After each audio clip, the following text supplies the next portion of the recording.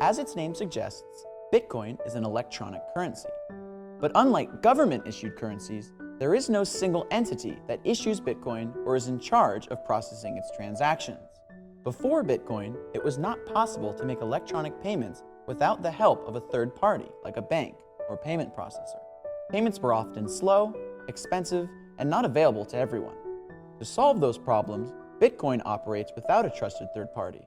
Instead, it works as a purely peer-to-peer electronic currency, meaning that payments are sent directly from one person to another. How does that work?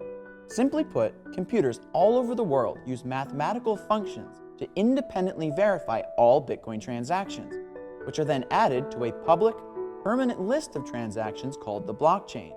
The blockchain is stored on all of those computers and works as a secure, universal record of who owns what. Early on in Bitcoin's history, there were very few transactions being processed by the network. But as time went on, more and more people started using Bitcoin, and so the number of transactions to be processed went up too. Eventually, the Bitcoin network needed to be updated to keep transactions fast, cheap, and reliable.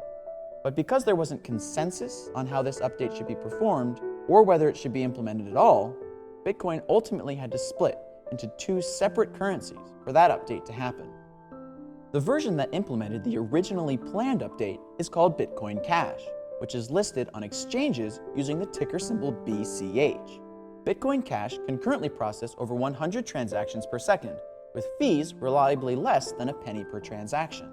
The other version, which made different updates to the network, kept the name Bitcoin and the original ticker symbol BTC. Bitcoin can only process between 3 and 7 transactions per second, and is now considered by many to be digital gold instead of digital cash. Its fees have ranged anywhere from several cents to tens of dollars per transaction, depending on the number of people trying to use the network at once.